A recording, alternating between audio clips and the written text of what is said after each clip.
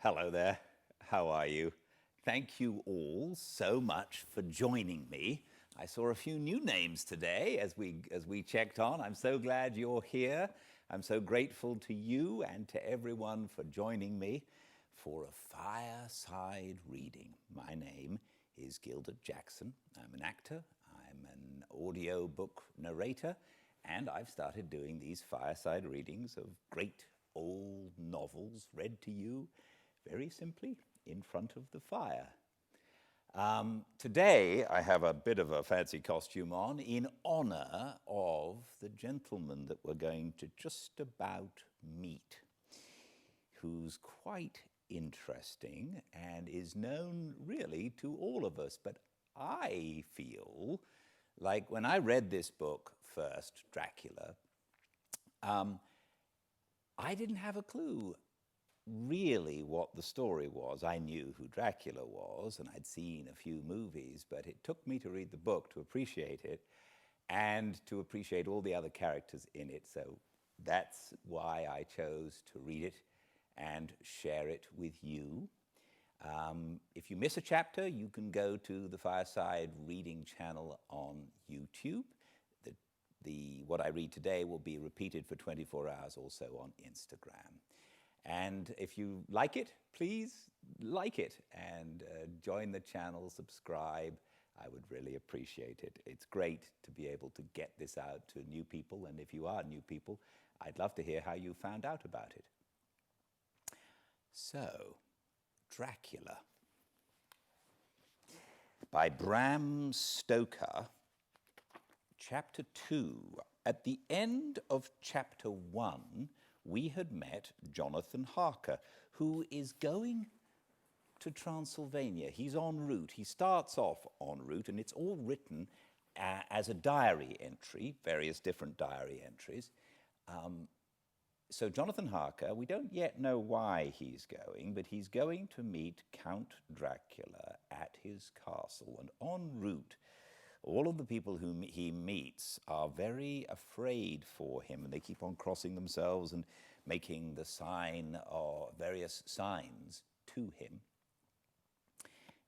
And he gets a little scared, and then he meets the driver who takes him in a caleche to the castle.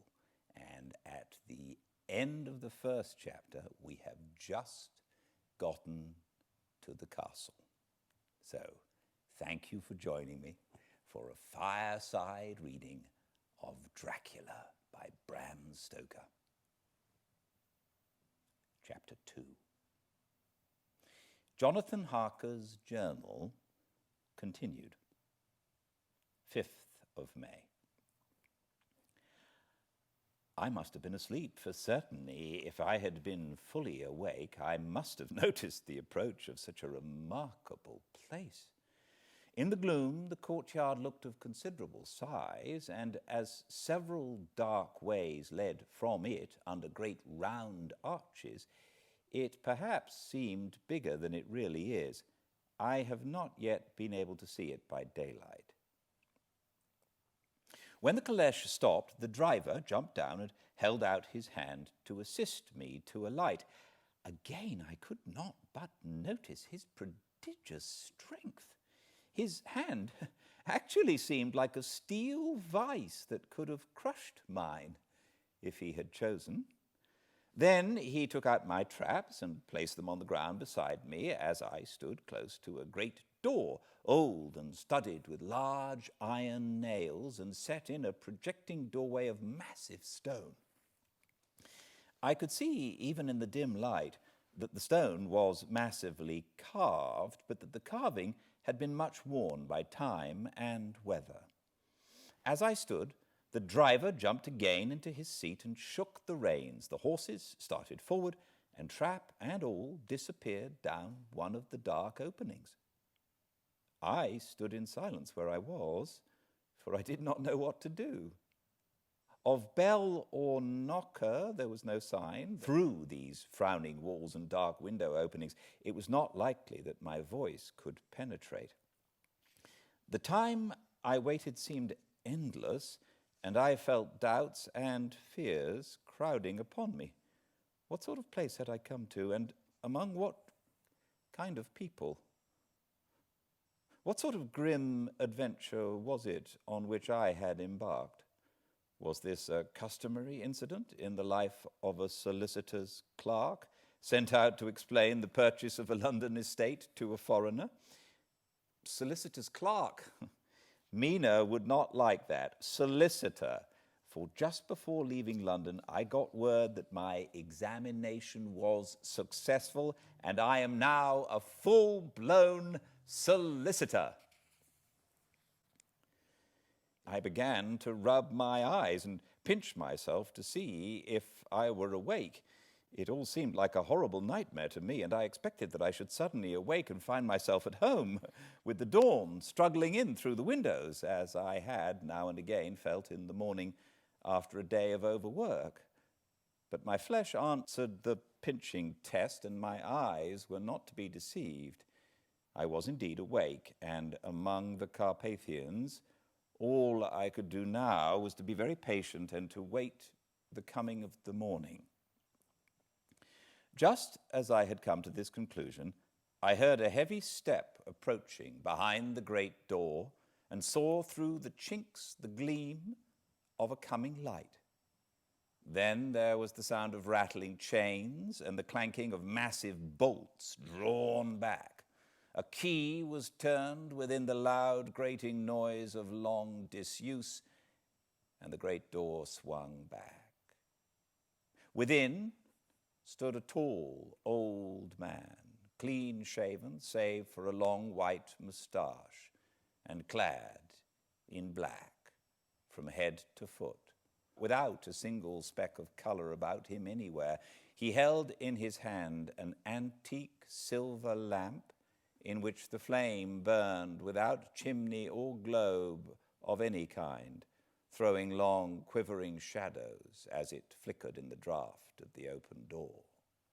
The old man motioned me with his right hand with a courtly gesture, saying in excellent English, but with a strange intonation, "Welcome to my house. Enter freely and of your own will." He made no motion of stepping to meet me, but stood like a statue, as though his gesture of welcome had fixed him into stone. The instant, however, that I had stepped over the threshold, he moved impulsively forward and, holding out his hand, grasped mine with a strength which made me wince, an effect which was not lessened by the fact that it seemed as cold as ice, more like the hand of a dead than a living man. Again he said, "Welcome to my house. Come freely, go safely, and leave something of the happiness you bring." The strength of the handshake was so much akin to that which I had noticed in the driver, whose face I had not seen, that for a moment I doubted if it were not the same person to whom I was speaking. So to make sure, I said interrogatively, "Count Dracula?" He bowed in a courtly way as he replied, "I am Dracula, and I bid you welcome, Mr. Harker, to my house. Come in, the night air is chill, and you must need to eat and rest." As he was speaking, he put the lamp on a bracket on the wall and, stepping out, took my luggage. He had carried it in before I could forestall him. I protested, but he insisted, "Nay, sir, you are my guest. It is late, and my people are not available. Let me see to your comfort myself." He insisted on carrying my traps along the passage and then up a great winding stair and along another great passage on whose stone floor our steps rang heavily. At the end of this, he threw open a heavy door, and I rejoiced to see within a well-lit room in which a table was spread for supper, and on whose mighty hearth a great fire of logs, freshly replenished, flamed and flared.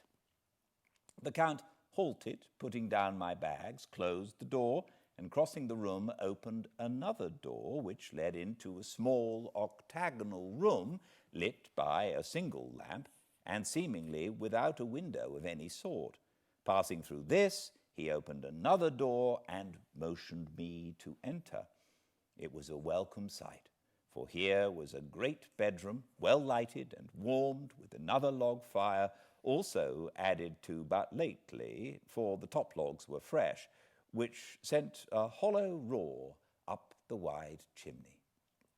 The Count himself left my luggage inside and withdrew, saying, before he closed the door, "You will need, after your journey, to refresh yourself by making your toilet.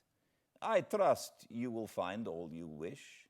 When you are ready, come into the other room, where you will find your supper prepared."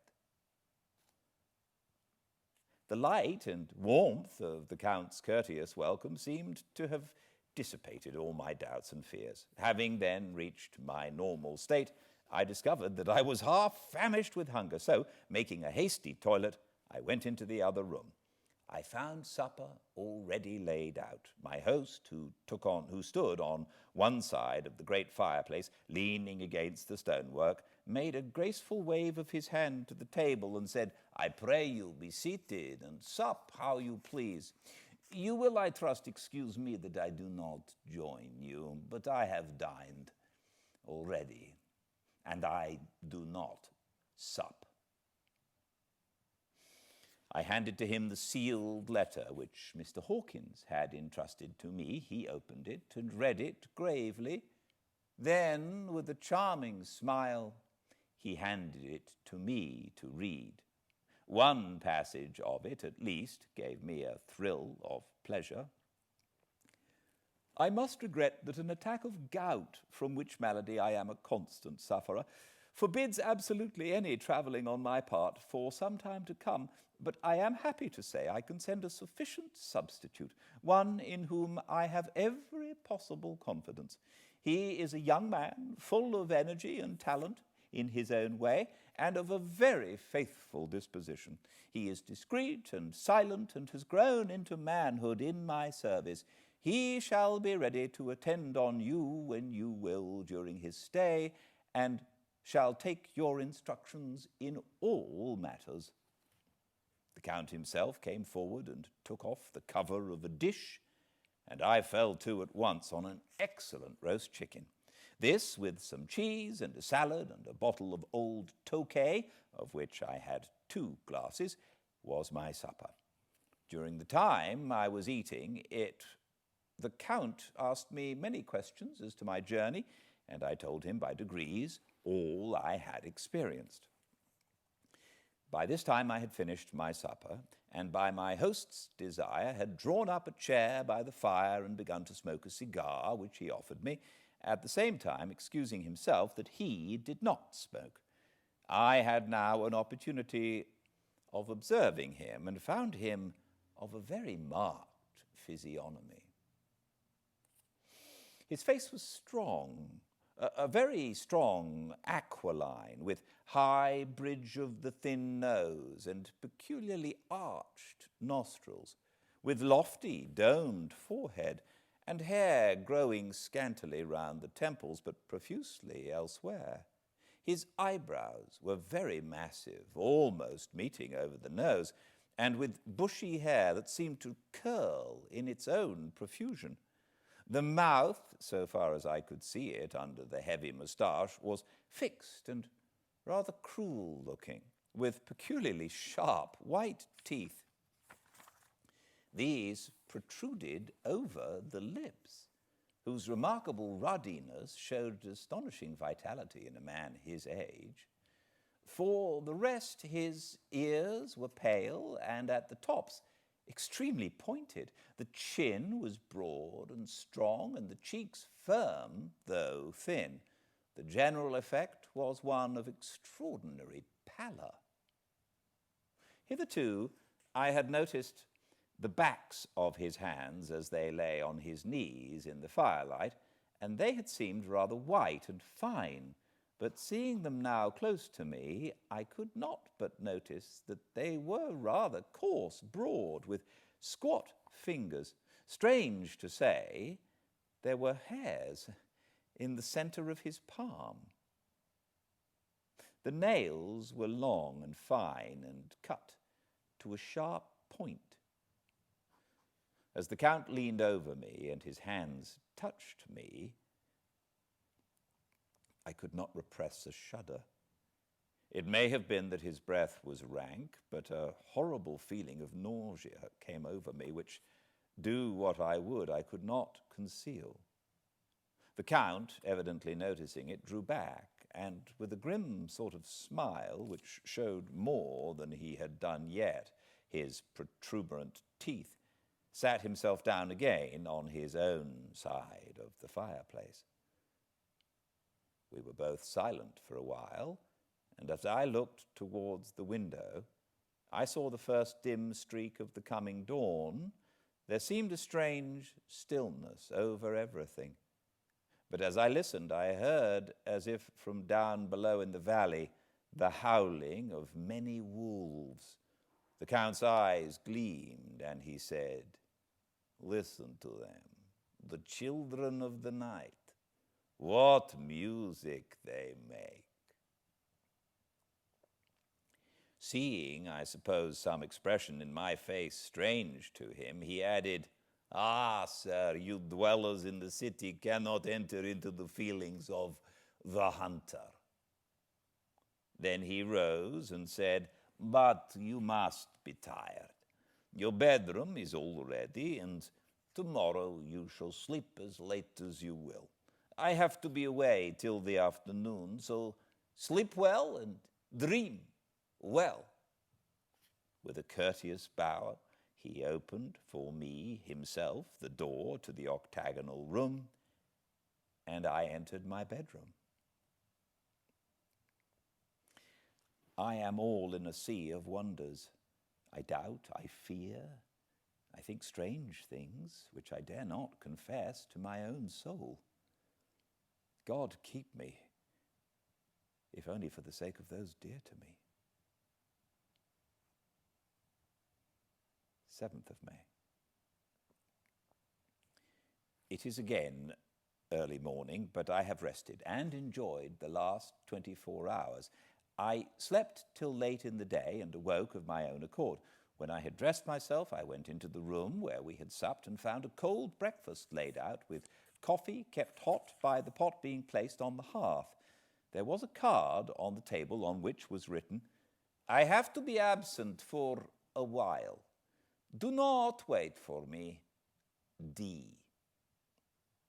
I set to and enjoyed a hearty meal. When I had done, I looked for a bell so that I might let the servants know I had finished, but I could not find one.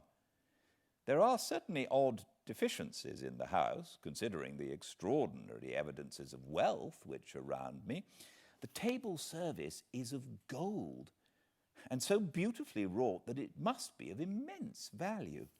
The curtains and upholstery of the chairs and sofas and the hangings of my bed are of the costliest and most beautiful fabrics, and must have been of fabulous value when they were made, for they're centuries old, though in excellent order. I saw something like them in Hampton Court, but there they were worn and frayed and moth-eaten. But still, in none of the rooms is there a mirror. There is not even a toilet glass on my table, and I had to get the little shaving glass from my bag before I could either shave or brush my hair. I have not yet seen a servant anywhere, or heard a sound near the castle except the howling of wolves. Some time after I had finished my meal, I do not know whether to call it breakfast or dinner, for it was between 5 and 6 o'clock when I had it, I looked about for something to read, for I did not like to go about the castle until I had asked the Count's permission. There was absolutely nothing in the room, book, newspaper, or even writing materials. So I opened another door in the room and found a sort of library. The door opposite mine I tried, but found it locked. In the library I found, to my great delight, a vast number of English books, whole shelves full of them, and bound volumes of magazines and newspapers. A table in the centre was littered with English magazines and newspapers, though none of them were of very recent date.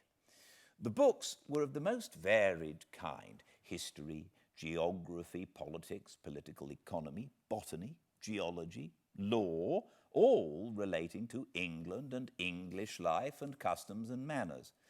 There were even such books of reference as the London Directory, the Red and Blue books, Whitaker's Almanac, the Army and Navy lists, and, it somehow gladdened my heart to see it, the Law List.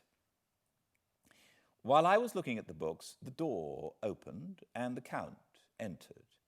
He saluted me in a hearty way and hoped that I had had a good night's rest. Then he went on, "I am glad you found your way in here, for I am sure there is much that will interest you. These companions," and he laid his hand on some of the books, "have been good friends to me, and for some years past, ever since I had the idea of going to London, have given me many, many hours of pleasure. Through them I have come to know your great England, and to know her is to love her. I long to go through the crowded streets of your mighty London, to be in the midst of the whirl and rush of humanity, to share its life, its change, its death, and all that makes it what it is. But, alas, as yet I only know your tongue through books. To you, my friend, I look that I know it to speak." "But, Count," I said, "you know and speak English thoroughly."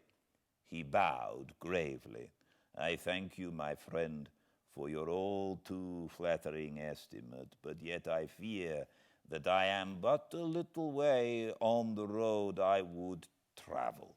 True, I know the grammar and the words, but yet I know not how to speak them." "Indeed," I said, "you speak excellently." "Not so," he answered. "Well, I know that, did I move and speak in your London, none there are who would not know me for a stranger. That is not enough for me. Here I am noble, I am boyar, the common people know me, and I am master. But a stranger in a strange land, he is no one. Men know him not, and to know not is to care not for. I am content if I am like the rest, so that no man stops if he see me, or pause in his speaking if he hear my words. Ha ha, a stranger. I have been so long master that I would be master still, or at least that none other should be master of me. You come to me not alone as agent of my friend Peter Hawkins of Exeter to tell me all about my new estate in London. You shall, I trust, rest here with me a while, so that by our talking I may learn the English intonation, and I would that you tell me when I make error, even of the smallest in my speaking. I am sorry that I had to be away so long today, but you will, I know, forgive one who has so many important affairs in hand. Of course, I said all I could about being willing and asked if I might come into that room when I chose. He answered, "Yes, certainly," and added, "You may go anywhere you wish in the castle, except where the doors are locked, where, of course, you will not wish to go. There is reason that all things are as they are, and did you see with my eyes and know with my knowledge, you would perhaps better understand. I said I was sure of this, and then he went on. We are in Transylvania, and Transylvania is not England. Our ways are not your ways, and there shall be to you many strange things. Nay, from what you have told me of your experiences already, you know something of what strange things there may be. This led to much conversation, and as it was evident that he wanted to talk, if only for talking's sake, I asked him many questions regarding things that had already happened to me or come within my notice. Sometimes he sheered off the subject or turned the conversation by pretending not to understand, but generally he answered all I asked most frankly. Then, as time went on, and I had got somewhat bolder, I asked him of some of the strange things of the preceding night, as, for instance, why the coachman went to the places where he had seen the blue flames. He then explained to me that it was commonly believed that on a certain night of the year, last night in fact, when all evil spirits are supposed to have unchecked sway, a blue flame is seen over any place where treasure has been concealed. That treasure has been hidden, he went on, in the region through which you came last night.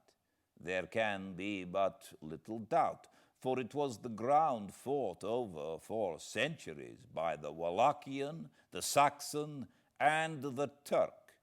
Why, there is hardly a foot of soil in all this region that has not been enriched by the blood of men, patriots, or invaders.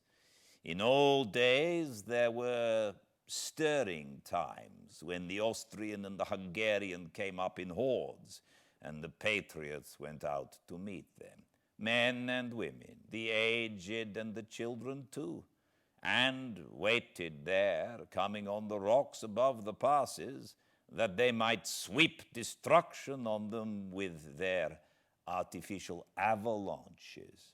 When the invader was triumphant, he found but little, for whatever there was had been sheltered in the friendly soil. But how, said I, can it have remained so long undiscovered when there is a sure index to it, if men will but take the trouble to look? The Count smiled, and as his lips ran back over his gums, the long, sharp canine teeth showed out strangely. He answered, because your peasant is at heart a coward and a fool. Those flames only appear on one night, and on that night no man of this land will, if he can help it, stir without his doors. And, dear sir, even if he did, he would not know what to do. Why, even the peasant that you tell me of, who marked the place of the flame, would not know where to look in daylight, even for his own work. Even you would not, I dare be sworn, be able to find these places again. There, you are right, I said. I know no more than the dead, where even to look for them. Then we drifted to other matters. Come, he said at last, tell me of London and of my house, which you have procured for me. With an apology for my remissness, I went into my own room to get the papers from my bag. Whilst I was placing them in order, I heard a rattling of china and silver in the next room, and as I passed through, noticed that the table had been cleared and the lamp lit, for it was by this time deep into the dark. The lamps were also lit in the study or library, and I found the Count lying on the sofa, reading, of all things in the world, an English Bradshaw's Guide. When I came in, he cleared the books and papers from the table, and with him I went into plans and deeds and figures of all sorts. He was interested in everything and asked me a myriad questions about the place and its surroundings. He clearly had studied beforehand all he could get on the subject of the neighborhood, for he evidently, at the end, knew very much more than I did. When I remarked this, he answered, "Well, but, my friend, is it not needful that I should? When I go there, I shall be all alone, and my friend, Harker, Jonathan, nay, pardon me, I fall into my country's habit of putting your patronymic first, my friend Jonathan Harker, will not be by my side to correct and aid me. He will be in Exeter, miles away, probably working at papers of the law with my other friend, Peter Hawkins. So, we went thoroughly into the business of the purchase of the estate at Purfleet. When I had told him the facts and got his signature to the necessary papers and had written a letter with them ready to post to Mr. Hawkins, he began to ask me how I had come across so suitable a place. I read to him the notes which I had made at the time and which I inscribe here. At Purfleet, on a by-road, I came across just such a place as seemed to be required, and where was displayed a dilapidated notice that the place was for sale. It is surrounded by a high wall of ancient structure built of heavy stones, and has not been repaired for a large number of years. The closed gates are of heavy old oak and iron, all eaten with rust. The estate is called Carfax, no doubt a corruption of the old quatre faces, as the house is four-sided, agreeing with the cardinal points of the compass. It contains in all some 20 acres, quite surrounded by the solid stone wall above mentioned. There are many trees on it, which make it, in places, gloomy, and there is a deep, dark-looking pond or small lake, evidently fed by some springs, as the water is clear and flows away in a fair-sized stream. The house is very large, and of all periods back, I should say, to medieval times, for one part is of stone, immensely thick, with only a few windows high up and heavily barred with iron. It looks like part of a keep, and is close to an old chapel or church. I could not enter it, as I had not the key of the door leading to it from the house, but I have taken with my Kodak views of it from various points. The house has been added to, but in a very straggling way, and I can only guess at the amount of ground it covers, which must be very great. There are but few houses close at hand, one being a very large house only recently added to and formed into a private lunatic asylum. It is not, however, visible from the grounds. When I had finished, he said, "I am glad that it is old and big. I myself am of an old family, and to live in a new house would kill me. A house cannot be made habitable in a day, and after all, how few days go to make up a century. I rejoice also that there is a chapel of old times. We Transylvanian nobles love not to think that our bones may lie amongst the common dead. I seek not gaiety nor mirth, not the bright voluptuousness of much sunshine and sparkling waters, which please the young and gay. I am no longer young, and my heart, through weary years of mourning over the dead, is not attuned to mirth. Moreover, the walls of my castle are broken, the shadows are many, and the wind breathes cold through the broken battlements and casements. I love the shade and the shadow, and would be alone with my thoughts when I may." Somehow his words and his look did not seem to accord, or else it was that his cast of face made his smile look malignant and saturnine. Presently, with an excuse, he left me, asking me to put all my papers together. He was some little time away, and I began to look at some of the books around me. One was an atlas, which I found open, naturally, at England, as if that map had been much used. On looking at it, I found in certain places little rings marked, and on examining these, I noticed that one was near London on the east side, manifestly where his new estate was situated. The other two were Exeter and Whitby on the Yorkshire coast. It was the better part of an hour when the Count returned. "Aha," he said, "still at your books? Good. But you must not work always. Come, I am informed that your supper is ready." He took my arm, and we went into the next room, where I found an excellent supper ready on the table. The Count again excused himself, as he had dined out on his being away from home. But he sat as on the previous night and chatted whilst I ate.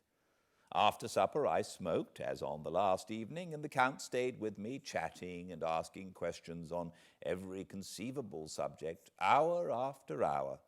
I felt that it was getting very late indeed, but I did not say anything, for I felt under obligation to meet my host's wishes in every way. I was not sleepy, as the long sleep yesterday had fortified me, but I could not help experiencing that chill which comes over one at the coming of the dawn, which is like, in its way, the turn of the tide. They say that people who are near death die, generally, at the change to the dawn, or at the turn of the tide. Anyone who has, when tired, and tied, as it were, to his post, experienced this change in the atmosphere, can well believe it. All at once we heard the crow of a cock coming up with preternatural shrillness through the clear morning air. Count Dracula, jumping to his feet, said, "Why, there is this morning again. How remiss I am to let you stay up so long.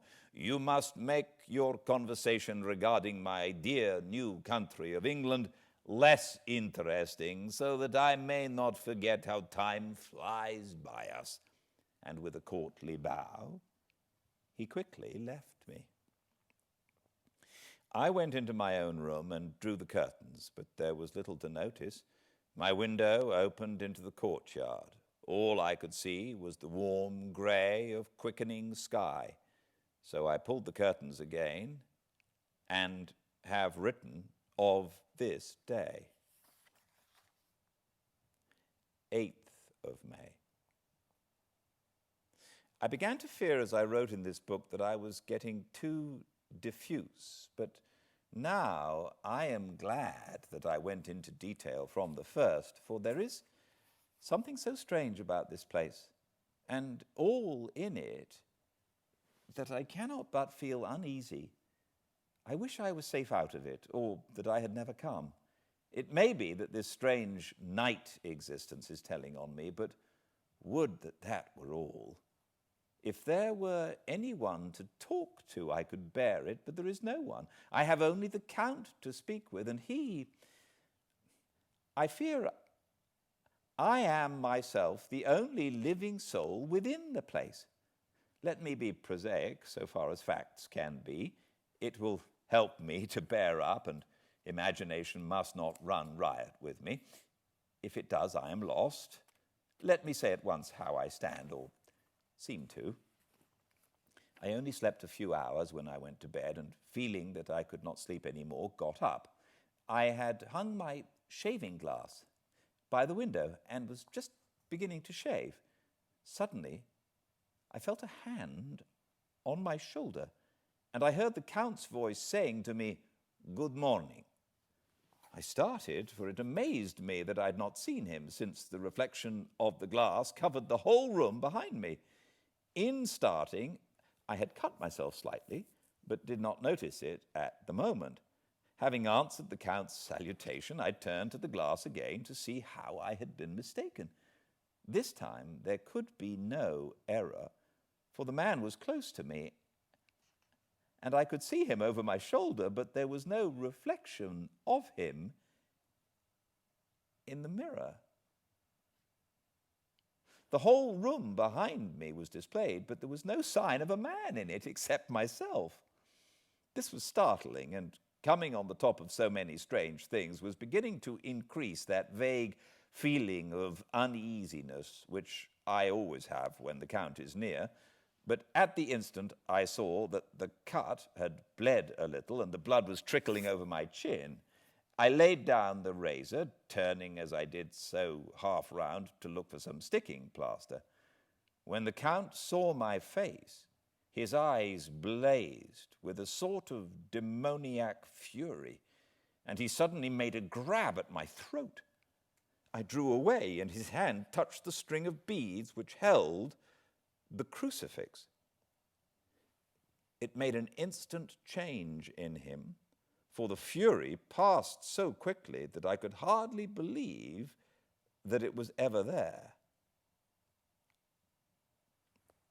"Take care," he said, "take care how you cut yourself. It is more dangerous than you think in this country." Then, seizing the shaving glass, he went on, "And this is a wretched thing that has done the mischief. It is a foul bauble of man's vanity. Away with it!"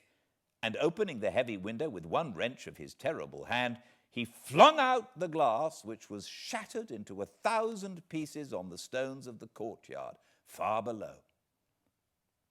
Then he withdrew without a word. It is very annoying, for I do not see how I am to shave, unless in my watch case or the bottom of the shaving pot, which is fortunately of metal. When I went into the dining room, breakfast was prepared, but I could not find the Count anywhere, so I breakfasted alone. It is strange that as yet I have not seen the Count eat or drink. He must be a very peculiar man. After breakfast, I did a little exploring in the castle. I went out on the stairs and found a room looking towards the south. The view was magnificent, and from where I stood there was every opportunity of seeing it. The castle is on the very edge of a terrible precipice. A stone falling from the window would fall 1,000 feet without touching anything. As far as the eye can reach is a sea of green treetops, with occasionally a deep rift where there is a chasm. Here and there are silver threads where the rivers wind in deep gorges through the forests. But I am not in heart to describe beauty, for when I had seen the view, I explored further. Doors, doors, doors everywhere, and all locked and bolted. In no place, save from the windows in the castle walls, is there an available exit.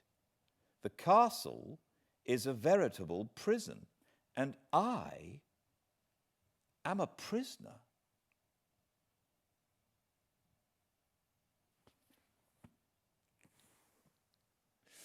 Thank you all for joining me. Thank you so much. And I look forward very much to seeing you tomorrow, same time and place, 5 Pacific, for the next chapter of a fireside reading of Dracula. Until then, please be very well. Good night.